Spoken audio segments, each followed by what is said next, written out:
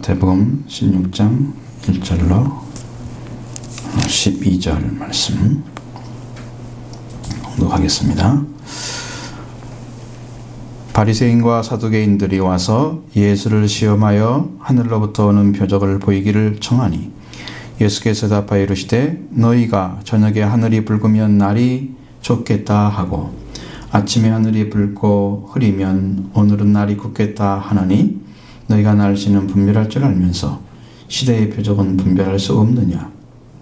악하고 음란한 세대가 표적을 구하나 요나의 표적밖에는 보여줄 표적이 없느니라 하시고 그들을 떠나 가시니라.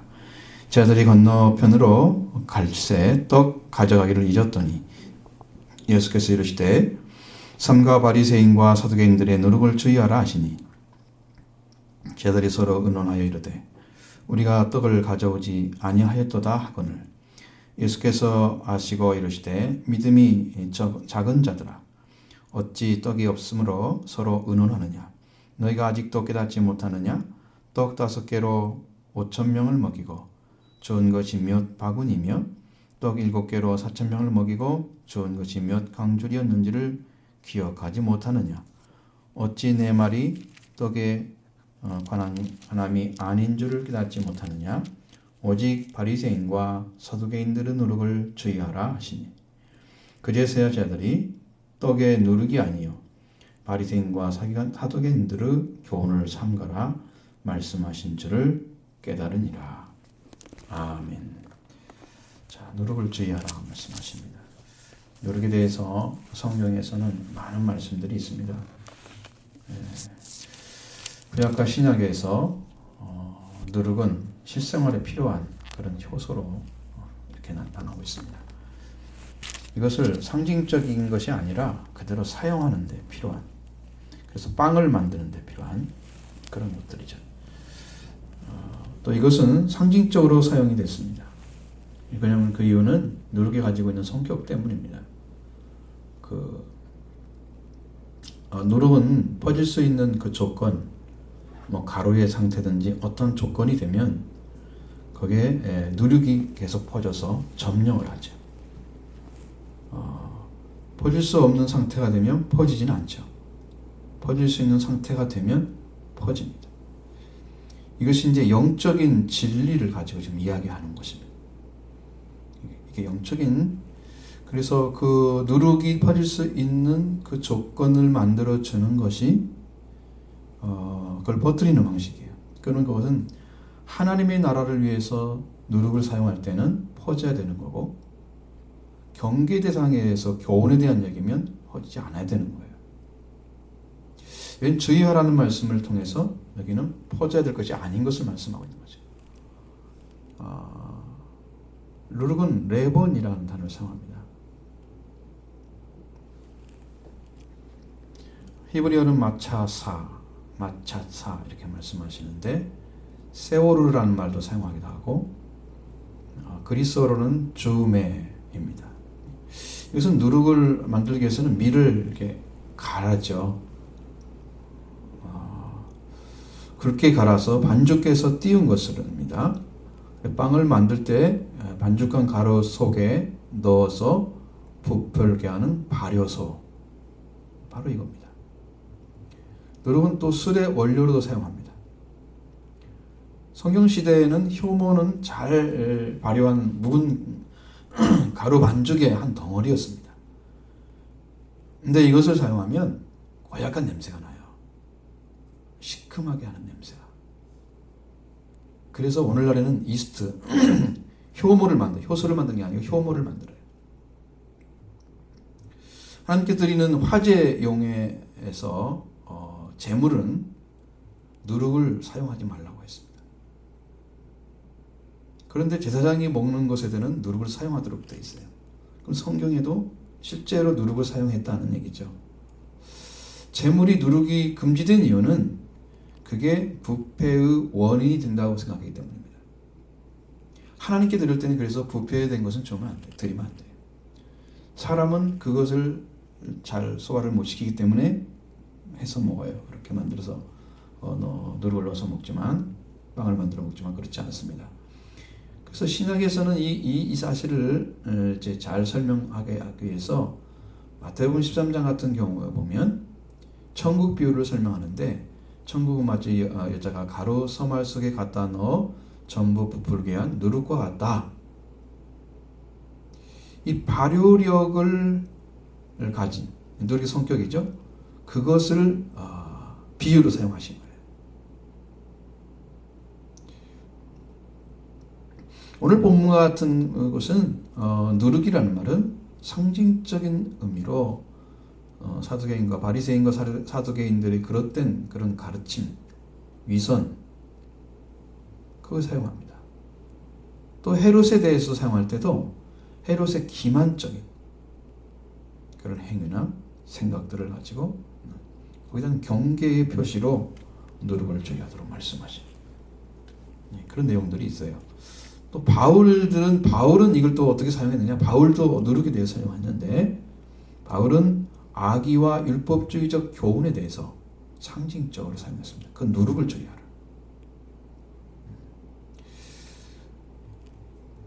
여러분, 성경에서는 이제 6월절 기간 중에는 이스라엘 백성들은 그 가정에서 누룩이 든 빵을 먹지 않도록 했습니다.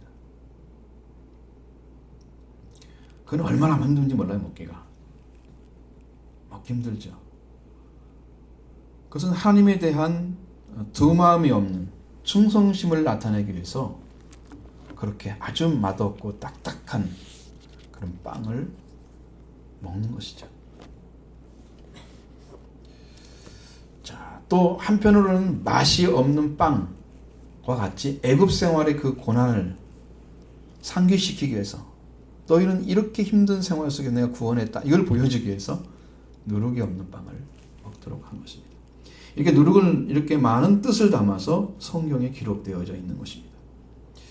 자, 오늘 본문에서는 예수님이 표적에 대한 얘기를 하고 이어서 누룩에 대한 얘기를 하시는데, 먼저 1절을 보겠습니다. 바리새인과 사두개인들이 예수님을 시험해서 표적 보이기를 청했던 모습을 보여줍니다. 1절 봅니다.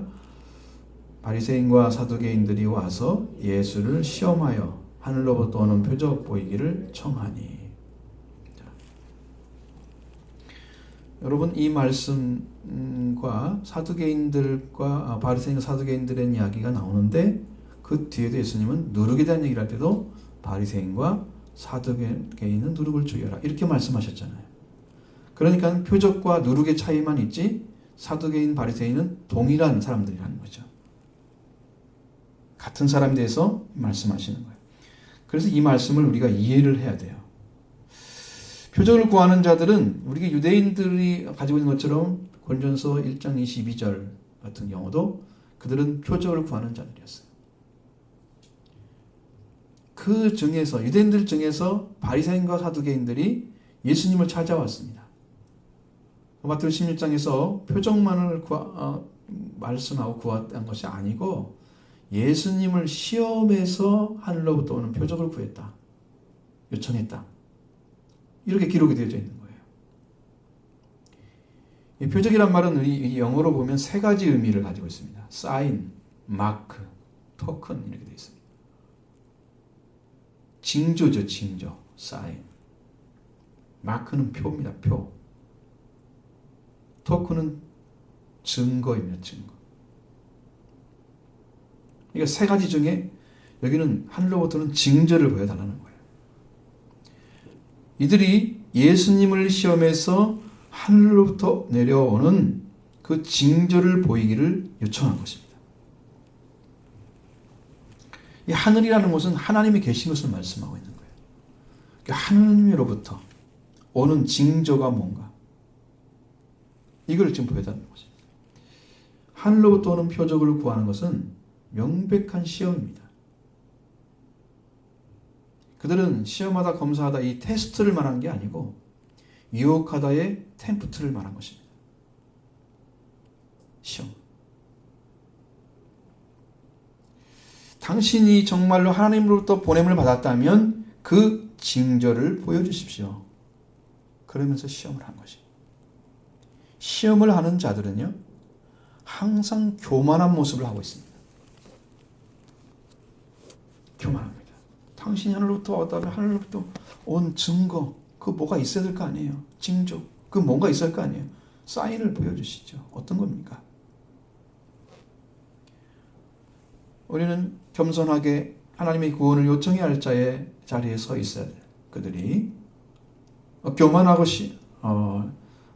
그래서 시험하고 예수님이 하늘로부터 오셨다는 증거, 그걸 징조를 구하는 바리새인과 사두개인들의 말씀을 사두개인들은 그들은 말씀을 들어도 이해하지 못하고 깨달을 수도 있는 그런 겸손한 자리에도 있지 아니했다는 거예요. 그들에게는 어떤 말씀을 전해도 이해할 수가 없는 거예요. 그럼 그들한테는 뭐가 필요하냐? 그래서 징조를 보여달라고 하는 것입니다. 표적을 구하는 거예요. 그럼 예수님께서 그들의 그런 모습을 보고 뭐라고 말씀하셨을까요? 2절로 4절에 말씀하시면 알 수 있습니다. 예수께서 대답하여 이르시되 너희가 저녁에 하늘이 붉으면 날이 좋겠다 하고 아침에 하늘이 붉고 흐리면 오늘은 날이 굳겠다 하나니 너희가 날씨는 분별할 줄 알면서 시대의 표적은 분별할 수 없느냐? 악하고 음란한 세대가 표적을 구하나 요나의 표적밖에는 보여줄 표적이 없느니라 하시고 그들을 떠나가시니라. 예수님은 날씨를 가지고 분별할 줄을 알면서 시대의 표적은 분별할 수 없느냐고 물으십니다. 원어로 보면 참 재밌는 게 이 날씨라는 말이 하늘의 얼굴을 얘기해요. 그렇게 써 있어요. 근데 우리나라 말로는 그 말이 날씨가 되나 봐요. 하늘의 얼굴이라 써 있어요. 너희가 저녁에 하늘이 붉으면 날이 좋겠다. 이렇게 다음날 예측한다는 거예요. 아침에 하늘이 붉고 흐리면 오늘 날이 굳겠다. 하루를 예측한다는 것입니다. 저녁에 하늘에 붉은 것은 아침을 기대할 수 있는, 그건 열대지방과 극지방을 빼놓고는 다 동일한 공통된 그런 현상입니다. 유대인들은 하늘의 변화에 상당한 관심을 가지고 있었습니다. 그 변화를 가지고 때의 징조를 예측했다고 합니다. 그건 실제 그랬어요. 심지어 랍비들은 기상에 따른 각종 그런 생활의 지혜를 교육을 할 정도로 그 날씨에 그렇게 민감했다는 거예요. 신년에는 그 해의 강우량을 예측합니다. 그 날 하루를 가지고 올해는 뭐 비가 많이 오겠네, 적게 오겠네, 어쩌네 그런 얘기를. 유대인들은 이렇게 자연계 현상에 대해서 아주 굉장한 관심을 가지고 있었다는 것을 예수님은 알았던 것입니다. 그럼 아침에 날이 붉겠다 하는 말이 뭔 말인가? 붉고 흐린다는 말이 뭔 말인가? 이 날이 굳겠다는 얘기는 케이몬입니다. 이 케이몬이라는 말은 겨울이란 뜻이에요, 원래는. 자, 아침에 하늘이 붉고 어둠침침해지면 오늘은 폭풍우를 치는 날씨가 되거나 겨울 추위가 되겠구나, 이렇게 예측을 했다는 것입니다. 그냥 보통 예측이 아니고 이것은 정확하게 분별하는 것을 말하는 거예요. 그래서 분별하다는 말로 썼습니다. 아주 정확하게 분별하는 거예요. 정확성이 높을수록 그 분별력도 굉장히 우수한 거예요. 그래서 예수님은 당신들은 이렇게 날씨를 정확하게 분별하는 것처럼 시대의 표적은 분별할 수 없느냐, 이렇게 물으신 거예요. 지금 예수님은 이 세상의 나라 이스라엘 땅에 보내심을 받아서 표적을 보여주고 있습니다. 예수님 자신이 시대의 표적입니다. 근데 그걸 못 보는 거예요. 날씨는 보는데 왜 하늘로부터 오신 진짜 표적을 보지 못하는지. 하나님은 예수님을 이 세상에, 더 정확히는 왜 이스라엘에 보내셨는가 아는 것이 시대의 표적을 정확하게 분별하는 거예요. 왜 하나님의 아들이 이 땅에 오셨는지, 왜 이스라엘 땅에 오셨는지를 알아야만 되는 거예요. 그들은 그게 표적을 분별하는 거예요. 그런데 바리새인 서기관들은 예수님이 하나님의 아들로 오신 표적을 볼 수가 없었기 때문에 하늘로부터 오는 표적을 보여주기를 요청했다. 그것도 악의적인 목적을 가지고 시험하면서. 여러분, 이것이 얼마나 악한 것인지 아시죠? 저는 그 교만의 높이가 보였습니다. 그들이 얼마나 교만한지. 그런 자들은 구원은커녕 표적을 보여줄 필요도 없는 자들. 그 모습이 보입니다. 여러분은 지금은 분명하게 알아야 할 것은 시대의 표적이 뭡니까? 지금 여러분들이 살아가는 세상의 표적은 뭡니까? 우리가 살아가고 있는 시대의 표적은 예수님의 재림입니다. 지금 재림을 여러분은 아셔야 돼요. 그걸 받아들이지 못하면, 그것은 예수님이 승천하신 이후로부터 사도 바울이 세워지고 복음을 전해지는 그 시대부터 쭉 왔던 얘기예요. 그러나 지금 한국교회는 재림을 잃어버렸습니다. 거의 대부분이 기복화된 신앙과 세속화된 그러한 복음을 접하고 있는 이 변질되어 버린 악한 세대, 그것을 보면서도 예수님이 가까이 알지 못하면 안 됩니다. 왜? 예수님이 가까이 오면 올수록 믿음을 볼 수가 없게 돼 있어요. 인자가 올 때에 믿음을 보겠냐. 예수님이 오실 때에는요, 진짜 믿음 가진 자만 탁 남고 나머지는 전부 세속화돼서 세상에 나가 있습니다. 교회가 문제가 아니에요. 교회가 문제가 아닙니다.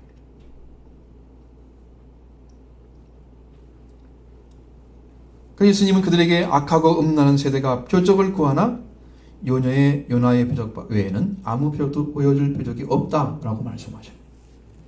악하고 음란한 세대를 직역하면 이렇게 됩니다. 나쁜 상태에 있는 가늠한 여인의 가족이라는 뜻입니다. 세대란 말은 가족이라는 의미예요. 이 사람들 하나님을 믿고 있는 모습은 있지만 실상 하나님을 떠난 자들입니다. 하나님의 일을 하고 있는 것처럼 겉장스럽게 아브라함의 후손이라 이렇게 이름은 써 있는데 실상은 하나님의 일을 방해하고 있는 자들입니다. 왜 이렇게 변질된지 아십니까?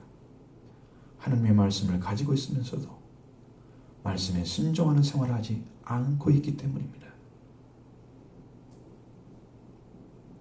정말 힘든 것은 뭐냐면 말씀을 아는 것 같은데 살지를 않는 거예요.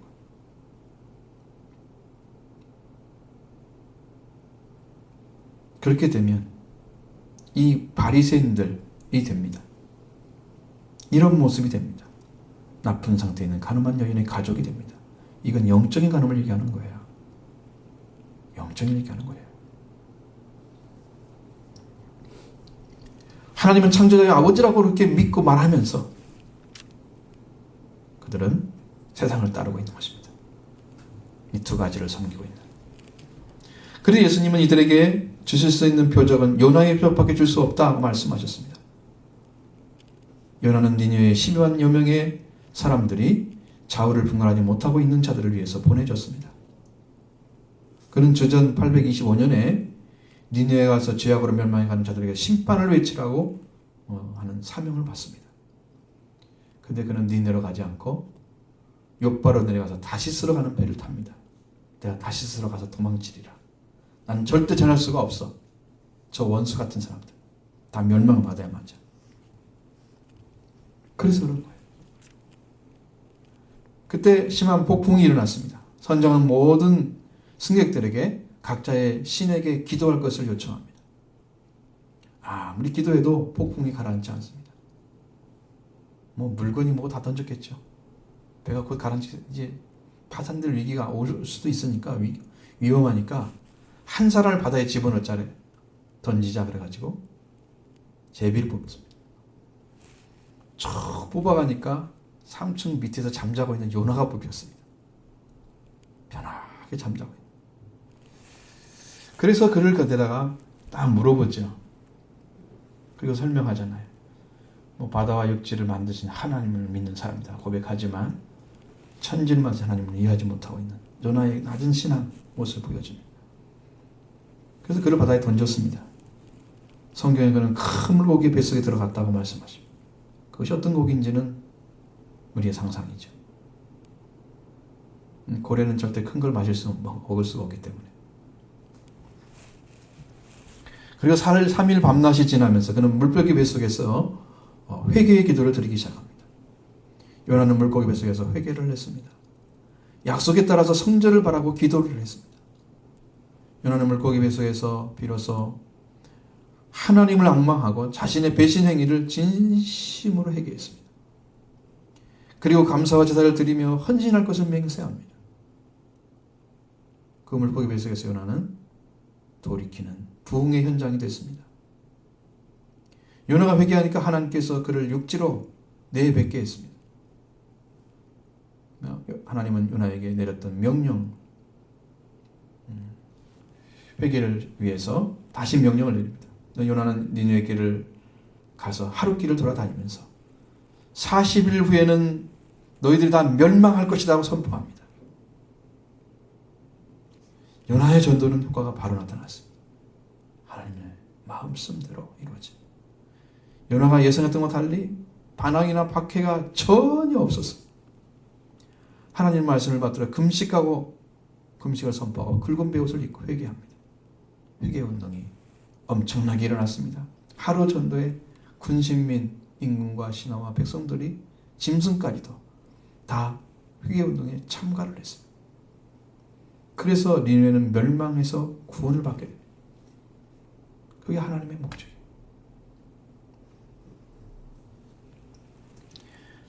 그러나 예수님은 어떻습니까? 요나처럼 하나님의 명령을 따르지 않고 큰 물고기 뱃속에서 회개하신 분이 아니고 오히려 하나님의 사랑으로 이 세상에 오셔서 인류를 위해서 3일 동안 다시 죽은 자를 살아나셔서 우리에게 완전한 구원을 주시는 사랑의 힘을 보여준 거예요. 회개를 외치는 게 하나님의 사랑이잖아요. 니느웨 백성들에게. 예수님은 3일 동안 죽음에 계셨다가 다시 부활하시는 것이 하나님의 사랑이에요. 우리를 살리는 최고의 축복입니다. 그것을 표적으로 주겠다는 거예요. 그래서 요나의 표적을 말씀하신 거예요. 그들의 살 길은 이 길밖에 없었습니다. 그러면서 예수님은 바리새인과 서기관들의 누룩을 주의하라. 그 전에 질문했던 것 때문에 연결되는 거예요. 이 말씀이. 그렇게 말씀하십니다. 5절로 7절 같이 보겠습니다. 제자들이 언덕편으로 갈새 떡 가져가기를 잊었더니 예수께서 이르시되 삼가 바리새인과 사두개인들의 누룩을 주의하라 하시니 제자들이 서로 의논하여 이르되 우리가 떡을 가져오기를 아니하였도다 하거늘. 자, 예수님은 아마도 가이사랴 빌립보 지방으로 건너가려고 했을 것입니다. 제자들은 떡 가져가기를 잊었습니다. 예수님께서 제자들에게 삼가 바리새인과 사두개인의 누룩을 주의하라. 이렇게 말씀하시는 거예요. 제자들은 예수님 주신 말씀 중에 누룩이란 말을 듣고 연상을 한 것이 빵이었습니다. 그래서 제자들은 서로 의논합니다. 우리가 떡을 가져오지 않았다. 제자들은 예수님의 가르침에 대해서 생각하고 의논한 것이 아니고 예수님의 말씀을 잘못 이해해서 잘 이해하지 못해서 칠병리의 기적으로 4,000원을 먹고 남은 것에 대해서 지금 말하고 있는 거예요. 16장에 바로 그 칠병리의 기적이 나오고 있어요. 누룩에 대해서 예수님이 하신 말씀의 의도를 바르게 알지 못하면 그것이 무슨 의미를 담고 있는 데에서 쉽게 알 수가 없는 거예요. 누룩하면 뭐하고 연결됩니까? 빵하고 연결됩니다. 술 많이 먹는 사람들은 술하고 연결되겠죠. 그것은 뭐냐면 육적인 지혜입니다. 육적인 지혜. 예수님은 그들이 알아들 수 있는 대로 가르치려고 하셨습니다.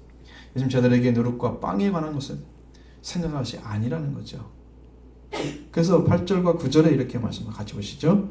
예수께서 하시고 이르시되 믿음이 작은 자들아 어찌 떡이 없으므로 서로 의논하느냐. 너희가 아직도 깨닫지 못하느냐. 떡 5개로 5,000명을 먹이고 주은 것이 몇 바구니며 떡 7개로 4,000명을 먹이고 주은 것이 몇 강줄이었던 것을 기억하지 못하느냐. 어찌 내 할 말을 것이 떡에 관한 것이 아닌 줄 깨닫지 못하느냐. 오직 바리새인과 사두개인들은 누룩을 주의하라 하시니. 왜 예수님께서 저들에게 믿음이 적은 자다 이렇게 말씀하셨을까요? 그들은 예수님의 말씀을 육적인 차원에서 이해하면서 예수님의 능력은 인정하지 않는 불신 때문에 말씀하신 거예요. 믿음이 작은 자들아. 믿음이 작은 사람들은요, 지혜가 없기 때문에 육적인 지혜를 사용합니다. 인간적인 거죠. 아무 쓸모없는. 그 다음에 예수님이 가진 능력을 이해하고 인정하지 않습니다. 믿음이 적으면. 예수님이 뭘 하겠어? 그게 믿음대로 되라 그러니까 아무것도 못하지, 예수님이. 믿음이 없으니까 믿음대로 되는 거잖아요, 그건. 그러니까 믿음이 있어야 믿음대로 되면 하나님의 능력을 발휘하시죠. 그러니까 믿음이 적은 자들이에요. 그 떡을 가져와야 되는데 안 가져왔어. 예수 말미암아 예수님이 주시는 것을 우리가 먹고 살았던 사람들이에요. 빵은 예수님이 주신 것이 제자리가 온 것이 아닙니다. 예수님은 성경에 안 나타났지 않지만 많은 부분에서 예수님은 창조자로 나타나 있고요, 섭리자로 나타나 있습니다. 이 온 우주의 창조자예요. 예수님. 요한복음 나온 것처럼 그거 없이는 아무것도 된 것이 없다고 말씀하십니다. 사람에 대해서 오셨기 때문에 육신으로 말미암아 제약을 받고 있는, 그렇지만 살아계신 하나님의 아들, 하나님이십니다. 이 예수님을 바르게 믿으면 되는데 누룩과 빵의 관계만 가지고 생각하면 서로 의논하고 있다. 얼마나 한심하겠어요.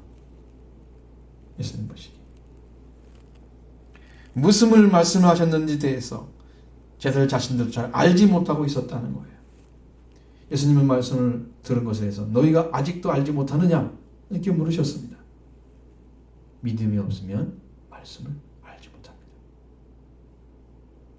성경은 믿음으로 보는 책이에요. 예수님 말씀도 믿음으로 들어와야 마음에서 이해가 되고 지식의 이해가 아니에요. 영적인 이해가 되어가는 거예요.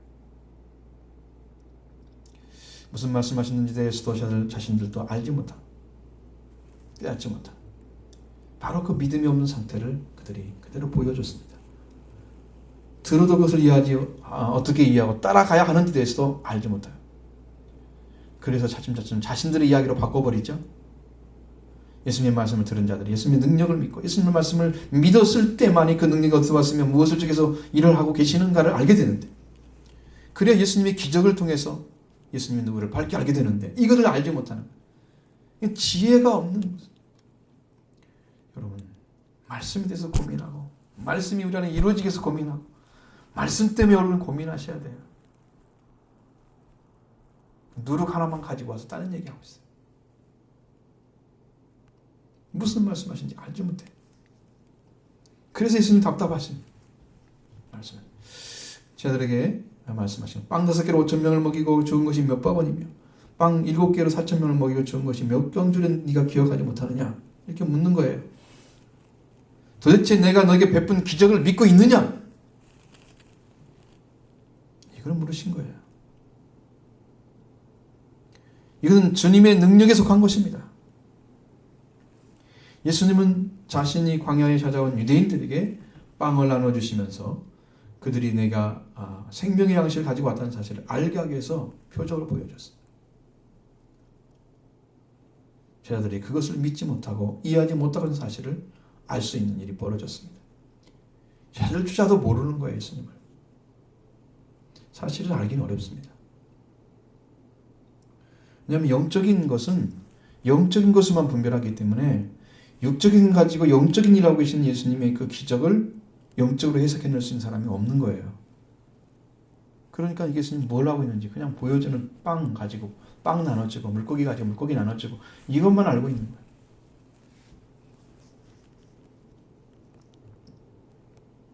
그래서 예수님은 밝게 말씀하십니다. 오직 바리새인과 사두개인들의 누룩을 주의하라. 그렇게 말씀하십니다. 두 번 말씀하시는 거예요. 똑같이. 삼가하라는 말씀이죠. 성경에는. 근데 원어상을 볼 때는 주의하라 말씀입니다. 제자들은 이제 그것이 무엇을 말씀하시는지를 알게 됐습니다. 제자들은 12절에 보면 봅니다. 그때서야 제자들이 떡의 누룩이 아니요 바리새인과 사두개인들의 교훈을 삼가라 하시는 말씀인 줄을 깨달으니라. 그때서야 제자들이 떡의 누룩이 아니고 바리새인과 사두개인들의 교훈을 삼가라 하신 말씀을 이해하게 됐다 그래요. NIV 성경에는 깨달으니라 이 말씀을 understood라고 되어 있습니다. 이해한다는 얘기예요. 그때서 이해를 한 거예요. 알게 된 거죠. 그럼 사두개인과 바리새인들이 가르친 것이 뭡니까? 그들의 교훈이 뭐예요? 예수님은 무엇을 경계했을까요? 그들의. 여러분 그걸 찾아내는 것이 오늘 말씀의 중심입니다. 사두개인과 바리새인들에 대한 설명이 반드시 있어야 돼요. 그렇지 않으면 그거 무슨 말씀하신지 알 수가 없어요. 파리시스라고 하는 그 이제 영어들은 나오지만 파리사이오스 그리스어로서는 파리사이오스 이렇게 되어 있는데 이것은 분리된 자들이라 스스로를 분리를 시키는 거예요. 나는 이런 존재다. 스스로 올라가 있는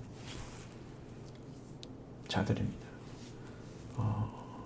이스라엘 나라에는 사두개파 그리고 바리새파 그리고 에세네파 유대인은 3대 당파입니다.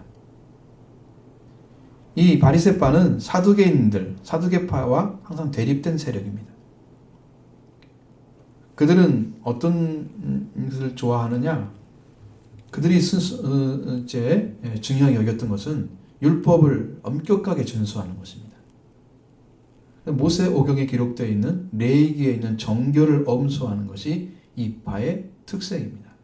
정결의식에 대한 관심이 굉장히 높은 거예요. 성경 그게 전체가 아닌데. 이 바리새라는 말은 이제 페르심, 히브리어에서는 페루심입니다. 아람어로서는 페리샤아, 헬라어에서는 파리사이오이. 이건 이제 바리새의 복수형으로 써 있습니다. 다 복수형. 바리새인들. 파르쇼라는 말로 사용해서 복수형으로 분리된 자들이라는. 근데 이것은 외경에 기록되어 있는 마카비서라고 하는 성경이 있는데 그 성경에서 경건당이라는 말이 있습니다. 경건당. 우리는 그런 말이 없죠. 성경에 없으니까. 경건당은 주전 2세기에 만들어졌습니다. 그때에 이 사람들이 그리스 문화가 막 들어오니까 거기에 반항해서 만들어진 유대의 학자 계급 사이에서 생겨났습니다. 그래서 학자에 의해서 설립되어지 해설된 그런 율법의 엄격한 실천에 그 열중을 했던 집단. 그 집단인데 그들에 대해서 그 반대자들이 붙인 호명이 바리새라는 말이었어요. 자기들이 스스로 바리새라고는 못하지만 반대자들이. 근데 그들 스스로는 뭐라고 불렀냐? 형제들이라고 불렀습니다. 하베림이라고 불렀습니다. 하베림. 형제들이다. 그러면 어떤 의미에서 그랬느냐? 여러분들 그들의 교만이 여기서 나타납니다. 하베림이라 지칭하고 자신들을 참된 이스라엘의 성원 동지로 생각을 합니다. 그러면서 일반 시민 계급을 땅의 백성이라고 부릅니다. 자기들은 참된 이스라엘의 성원 동지. 거룩한 기호를 가진 그런 똑같은 뜻을 품은 자들이다. 굉장히 높여놨어요. 참된 이스라엘 사람들 자기들의 위치가. 근데 일반 시민 계급을 뭐라고 그러냐? 땅의 백성이라고 했어요. 암하아레츠. 여기가 이제 이렇게 구별합니다. 그러면서 이제 성경에서 보면 이 바리새인들이 일반 백성들 향해서 뭐라고 지금 불렀느냐? 요한복음 7장 49절에 보면 율법을 알지 못하는 무리들은 저주를 받은 자다. 이렇게까지 얘기를 하는 거예요. 일반 백성들은 율법을 모르기 때문에 지금 저주받고 살고 있는 거예요. 그렇게 멸시를 했어요. 자기는 높은 위치에 있는 거예요. 지금. 굉장한 자들이죠. 스스로.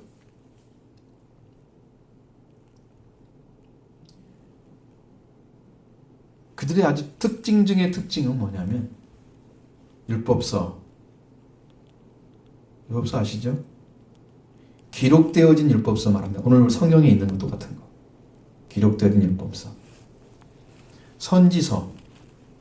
선지자를 얘기했던 우리나라처럼 대선지 소선지는 안 나누고 그건 선지서예요. 그런 또 여러 다른 책들과 함께 그것이 한 가지의 이거 두 번째는 그들은 기록되지 않은 유전이 있었습니다. 그것을 구전율법이라 그러는 거예요. 구전율법. 그러니까 그들은 한마디 한마디를 조상으로부터 듣고 내려온 것들을 가지고 있었어요. 그런데 토시 하나도 안 틀리고 그대로 전해집니다. 후손에게. 그렇게 해서 쭉 내려온 그것을 또 하나의 율법으로. 그래서 성경은 이제 유전이란 말을 사용하는데 그들은 그걸 뭐라고 생각하냐면 구전율법이라고 그러고. 선조들의 전승입니다. 선조들이 계속 내려왔던 그것들을 동시에 받아들입니다. 바리새인의 신앙과 생활의 교범은 이 두 가지 율법이 기초하는 거예요. 성경에 기록된 율법과 선지서, 그 다음에 기록되지 아니한 구전율법, 유전이라는 거죠. 두 가지를 가지고 있어요. 그러면서 사사건건 예수님과 말씀을 나눌 때는 그들이 유리한 쪽에 서서 항상 구전율법을 가지고 성경에 기록된 말씀을 대적을 했어요. 대적을 했습니다. 이 도전자들이에요.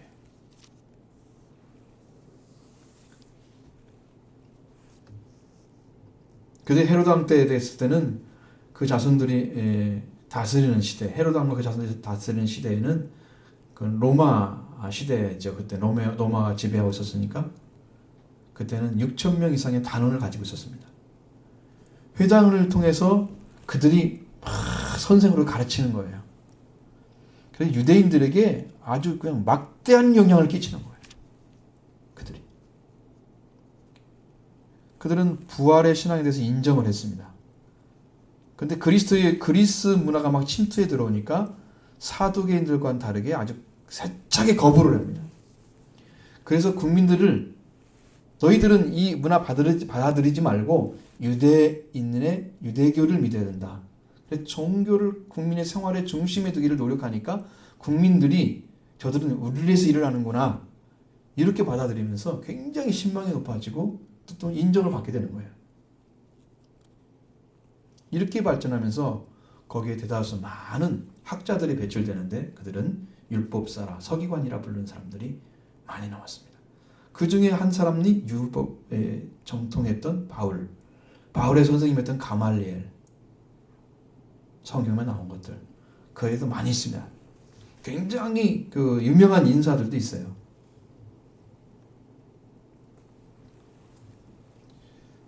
근데 한 가지 문제점이 뭐냐면 그들은 의를 결정하는 것이 율법의 엄격한 실행에 있다고 주장을 합니다. 형적인 정결도 중요하기 때문에 본래의 목적에서 벗어나서 위선에 빠져버리는 필요도 없는 것을 하면서 그걸 안 하면 안 되는 것처럼 그래가지고 위선적인 것을 많이 하죠. 이것은 세례 요한에 의해서 아주 굉장하게 공격을 받았습니다. 말도 못할 정도. 독사의 새끼들이라고. 강력하게 경고를 받죠. 예수님은 그들이 가지고 있는 율법과 선지자들의 말씀을 생명을 살리는 말씀으로 부활시키는 생활을 하지 못한 그들을 봤습니다. 그래서 그들을 향해서 바리새인과 서기관들, 율법학자들에서 예수님은 화가 있을 거라고 말씀하시고 마태복음 23장에서 강력하게 진짜 경고하십니다. 분명히 화가 올 거다 조심해야 된다 너희들. 바리새인과 서기관들이 율법사잖아요. 학자들이잖아요. 그러니까 바리새인보다 더 너무 많이 공부하는 사람들. 소위 랍비들입니다. 랍비들. 그런데 실상은 뭐냐면 바울이 싸우고 있는 게 뭐냐? 바울은 바리새적 신앙과 싸우고 있었습니다. 바울의 고통은요, 바리새인들이 전했던 그 말씀이 옳지 않기 때문에 거기에 대한 싸움이 너무 많았어요. 그래서 로마서 7장 17절부터 29절의 말씀 안에 그들의 어리석은 걸 쫙 기록해 놨어요. 그 바리새적인 요소를 제거해야 신앙이 올바로 돌아오는데 그걸 가지고 그걸 공부를 했는데 얼마나 그 어렸을 때도 공부하면 안 없어지잖아요. 사상이. 세뇌당하는 거죠. 무서운 건 뭐냐면 여러분이 말씀을 배우는데 그 말씀이 아주 어렸을 때부터 배웠다고 생각해봐요. 그러면 거의 세뇌되어 있습니다. 빼낼 수가 없어요. 부정해낼 수가 없어요. 그것이 기본 사상으로 딱 자리 잡고 있고 가치관으로 자리 잡고 있고 그들의 생활로 자리 잡고 있습니다. 생활의 일부로. 빼낼 수가 없어요. 이 악한 것이 자리 잡고 뿌리를 받고 있으니까 그 사상에 대해서 얼마나 고통을 하겠어요. 그래서 죽지 않으면 이 사상에 대해서 죽지 않으면 예수 그리스도의 말씀을 살 수가 없는 거예요. 그 정도로.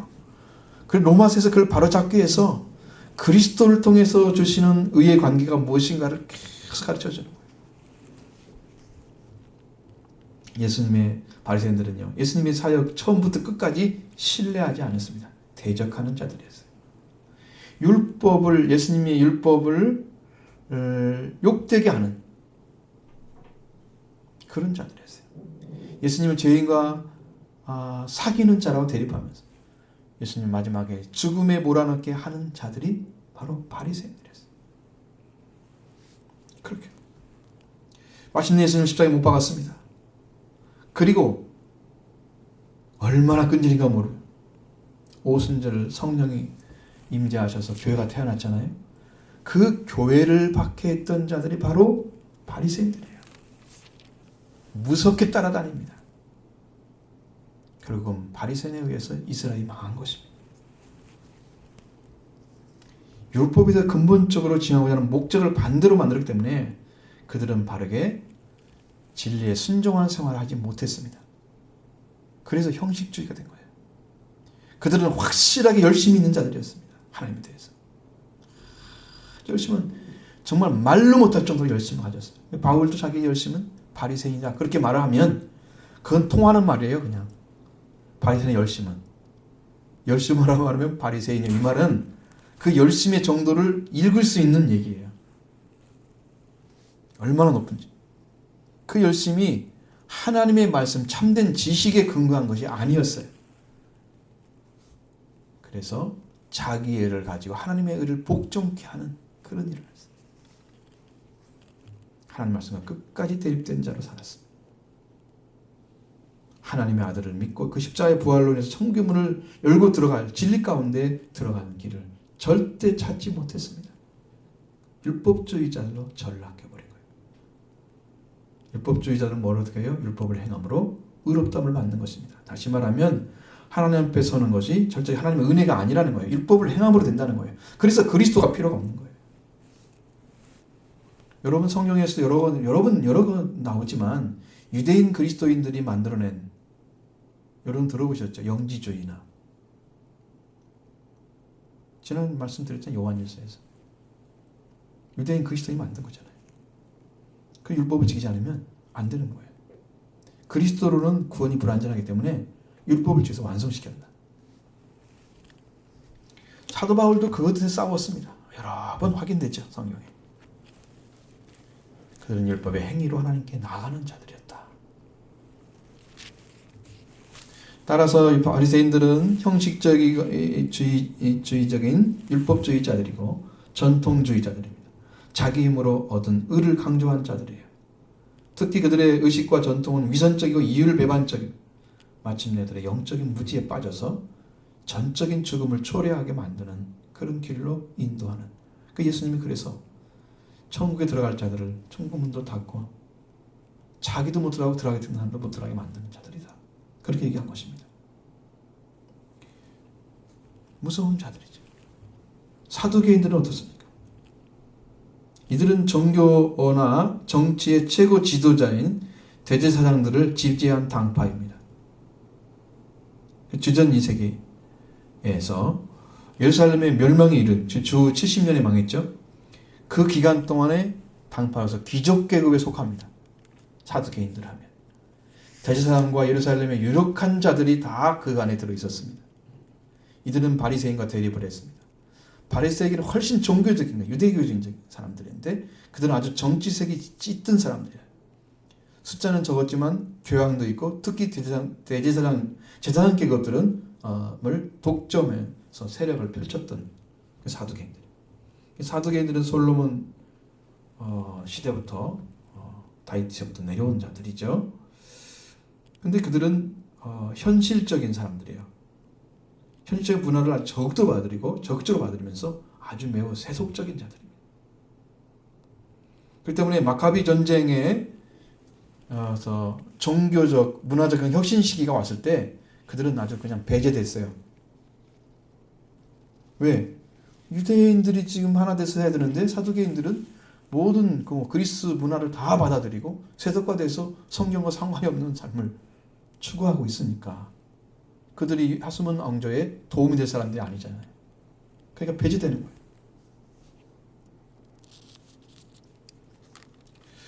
그러면서 세속화 및 캐속화가 계속되니까 바리새인들과 대립하게 되는 거예요. 나중에 이것도 굉장히 문제가 됩니다.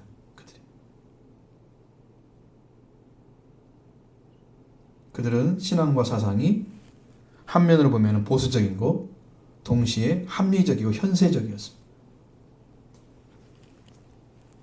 그들은 뭘 가졌느냐? 모세 오경만 인정했습니다. 성경의 권위로. 나머지는 다 성경이 아니라고 본 것입니다. 무서운 사람들이에요. 이 사람 따라가면 안 됩니다. 어떤 분 성경 아니다. 여러분이 구별할 수 있는 게 아니에요. 역사를 가지고 하나님이 구별해서 성경을 지금 만들어 놓은 거예요. 그 결과로 어떤 게 왔느냐? 이 사람들은 부활도 없다 그랬습니다. 천사도 없고요. 영도 없습니다. 영이라는 존재는 일체 인정하지 않는 거예요. 하나님이 필요가 없는 거예요. 그 미래에 대해 있어서 보응도 부정을 했습니다. 영혼은 육체가 죽으면 함께 죽는다. 여러분 부활이 없는데 죽음과 삶이 뭔 의미가 있어요? 천사도 영도 없는데 뭐가 필요 있어요? 그냥 영혼이 육체에 죽으면 함께 죽어버리는 거예요. 사두개인의 사상이에요. 그들이. 그래서 자유의지를 주장을 했습니다. 사람이. 의지가 자유롭게 할 수 있도록 살아가는 거예요. 그게 제일 중요한 원칙이었습니다. 그래서 하나님의 섭리를 믿은 일은 거의 없었습니다. 이런 입장에서 그들은 예수님에 대해서 반대했습니다. 세례 요한은 그들에게 독사의 자식들이라고 말했습니다.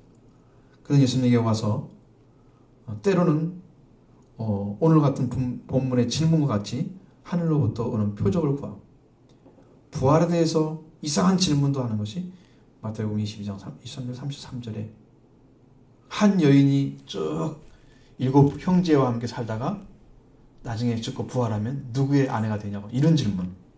난제죠. 그런 난문들을 가지고 질문합니다. 전혀 실상이 아닌 걸 가지고 예수님 어렵게 빠뜨리려고 그런 질문을. 이들은 예수님은 바리새인과 나란히 해서 옳지 않은 교훈이라 똑같이 하는 예수님이 지명을 했어요. 그래서 사두개인과 바리새인의 누룩을 주의하라. 그래서 말씀하시죠. 이 복음서를 통해서 바리새인만큼이나 비난의 대상이 되었던 바리새인만큼은 아니지만 상당히 많이 그래요. 바리새인들은 올라서 바리새인들 사람들이 옹호하는 게 아니고 민중을 떠나선 그런 사두개인들의 신앙은 예수님의 시야에 들어온 일이 적기 때문에 사두개인에 대한 얘기는 적습니다. 성경에. 그들은 예수님을 직접 부딪힌 일은 거의 안 했어요. 많이. 그들은 예루살렘 교회에서 바울도 박해했다는 성경의 기록도 있지만 예수님이 이제 부활하셔서 승천하신 다음에 한 30년 있다가 예루살렘 성전이 파괴됩니다. 그때 그들의 뿌리도 사라져 버렸습니다. 그 후에 사두개인이라는 이름은 아예 일체 나오지가 않습니다. 다음 바리새인의 가르침 속에서 탈무드에 볼 때에 거기에 사두개인이라는 말이 나와요. 그 외에는 사두개인은 사라져 버린 사람들이에요. 사두개인은 모세오경의 권위만 인정하고 부활과 영생과 사후의 영원한 세계나 귀신이나 그런 것들을 거부합니다. 귀신의 실제를 거부하는 현세주의, 이성주의, 자유주의, 기복주의의 이론가자들이에요. 이론가들이었습니다. 그들은 실존적인 면에서 언행이 불일치한 위선자들이었습니다. 이스라엘 제사장 계급의 주류를 형성하고 있습니다. 아주 교묘한 합리주의로 교훈들을 통해서 백성들을 미혹했습니다. 아주 말을 잘하니까요. 이게 옳은가 그런가를 판단을 못해요. 여러분 그렇게 현혹당하면 안 됩니다. 성경은 그런 이론들을 얘기한 것이 아니에요. 예수님은 왜 바리새인과 서기관들의 누룩을 주의하라고 이렇게 말씀하셨을까요? 그들은 이렇게 색깔이 다른데, 색깔이 전혀 다른데 왜 같이 묶어서 말씀하셨느냐는 거예요. 바리새인과 율법주의자들로 자기 힘으로 의를 얻는 자들이었죠. 사두개는 합리적인 이성주의자들로 영혼도 부활에 대해서도 믿지 않는 세속주의에 물들어 있는 자들이죠. 예수님은 이들의 누룩을 주의하라고 말씀하셔요. 이들의 사상이 우리 번지게 해서는 안 된다. 다른 많은 백성들에게 만연되어 있는 그들의 교훈이 제자들조차도 그러한 교훈에 노출되어서 들어가지 않도록 주의하라고 말씀하시죠. 더욱이 중요한 사실은 이들이 같은 자리에 같은 의도를 가지고 같은 질문을 던졌다는 거예요. 예수님 앞에 의기를 투합했다는 얘기입니다. 그 예수님을 반대한 자리에 서 있는 그들이죠. 바리새인과 사두개인들이 예수님의 구원을 필요하지 않은 데서 앉는 자들로서 유대교의 지도자들이었다는 사실이죠. 그들은 그리스도가 오심에 대해서 환영하고 영접하고 구원에 기대하면서 구하고 있어야 할 그런 죄인의 자리에 있는데 불구하고 예수님을 시험에서 하늘로부터는 표적을 징조를 구했던 그런 자들이 자신들과 아무 관련이 없는 그런 것입니다. 예수님께 주자는 생명을 얻는 일과 아주 관련이 없는 바리새인 사기관들의 정치와 종교와 사회적인 그런 원수 관계에 있던 자들이 하나가 돼서 예수님한테 이런 질문을 하고 있는 거예요. 아주 매우 악한 자들입니다. 그래서 예수님 자들에게 이들의 누룩, 개수 썩게 하고 더럽히는 교훈을 주의하라 이렇게 말씀하십니다. 메시아를 알아보지 못하는 어리석은 눈과 귀와 사상을 가진 자들 가르침을 삼가하라고 말씀하셨습니다. 예수님의 말씀을 들은 제자들은 이제 겨우 바리새인과 서기관의 교훈을 주의하라 이 말씀 알아들은 거예요. 사랑하는 성도 여러분, 여러분이 들려온 복음이 뭡니까? 우리는 복음 때문에 고난을 받고 복음을 바르게 이해하고 살아가게 가야 될 그런 자예요. 그 복음을 따라가니까 고난을 받고 박해를 받는 그런 그리스도인이 되어야 됩니다. 많은 성도들이 말씀을 살아가지 않기 때문에 교회에 다니는 사람들이 우습게 여기죠. 비난을 받는, 말씀으로 살아가지 않아서 비난을 받고 박해를 받지 않는 사람들, 합리적으로 사두개인들과 뭐가 달라요? 합리적 이성주의 같은 거죠. 그냥 인간적으로 오르면 그냥 되는 것처럼, 그냥 서로 이렇게 좋으면 좋은 것처럼 이렇게 말씀에 순종하는 삶을 살아가지 못하는, 그러니까 박해가 없는 거 아니에요.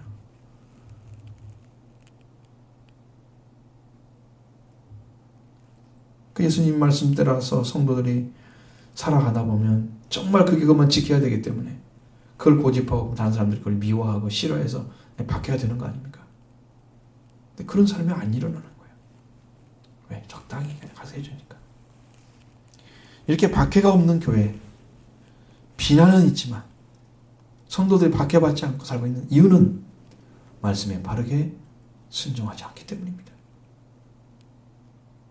그래서 비난의 대상만 되고 박해는 하지 않는 거예요. 오늘 우리를 예수 예수 그리스도를 중심으로 온전한 믿음의 삶을 살아가기는 자기를 구하는 성도들이 다 되기를 바랍니다. 오늘 우리에게 들어온 바리새인과 서기관들의 누룩, 그런 가르침, 예수님이 누구인가를 모르고 예수님 위해 살아가지 않는, 요한복음서를 보면서 참 아픈 것은 하나님의 백성이면서도 하나님의 영광을 구하지 않았다. 그것이 지금도 마음에 살아. 하나님의 백성인데 하나님의 영광을 구하지 않고 무엇 때문에 하나님의 백성이라고 일컬어 왔을까 자기들이. 이름은 그리스도인인데 그리스도가 없는 그리스도인 되면 안 된다. 오늘 우리를 위해서 오신 예수 그리스도를 중심으로 온전한 믿음으로 살아가야 됩니다. 말씀을 믿음으로 순종해서 하나님께서 행하시라고 하신 대로 명령대로 행하시는 여러분 되기를 바랍니다. 복음이라도 씌워진 거짓 신앙을 다 벗어버려야 됩니다. 진정 하나님 말씀에 순종해서 하나님의 뜻을 이루어드리는 성도들이 되어야 되는 거예요. 이 시대의 바리새인과 서기관들의 교훈은 예수님이 참된 복음이라는 사실을 믿지 못하게 하는 악한 교훈입니다. 예수님이 여러분의 구주가 되셔야 여러분의 구원자로 서 계시는 지금도 오셔서 예수님을 구원하고 계시는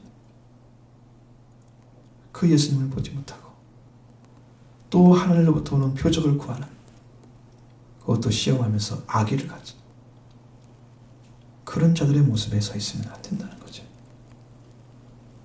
오늘 여러분을 위해서 오셔서 구원을 완성시키고 여러분의 하나님의 아들과 왕과 형제로 오신 예수 그리스도 그 생명의 구주를 영접하신 여러분 되기 바랍니다.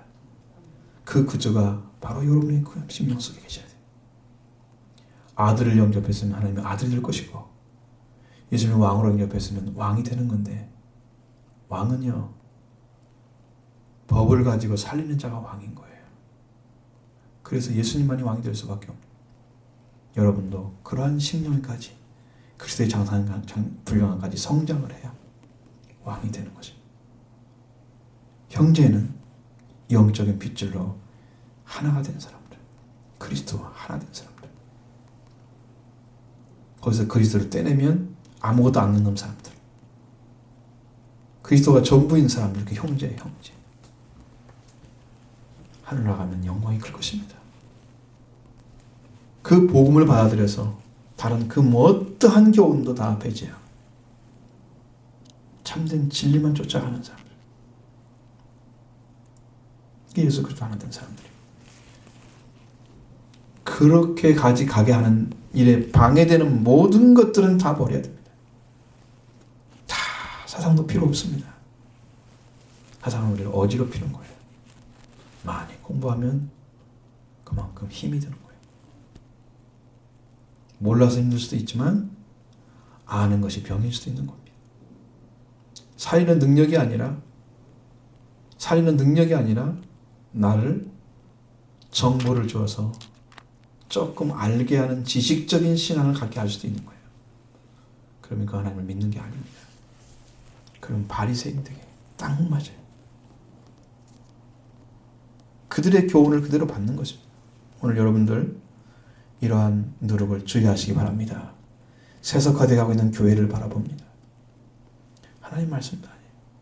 제가 어젯밤에 계속 나를 시달리게 하는 게 있었습니다. 이 주위에 쭉 보니까 이 주위에 막 더러운 영들이 막 꽉 차 있는 거예요. 그것이 보이는 거예요, 저한테. 거의 죽음에 가까운 그런 생명들이 가득 차 있어요. 우리 교회가 지금 그걸 감당하지 못하고 참 다 무너지고 있는 거예요. 악한 영역에서. 하나님 왜 그걸 갑자기 보여줬을까? 하나님께서 순종하지 않기 때문에. 여러분 말씀을 배워도 순종하지 않기 때문에.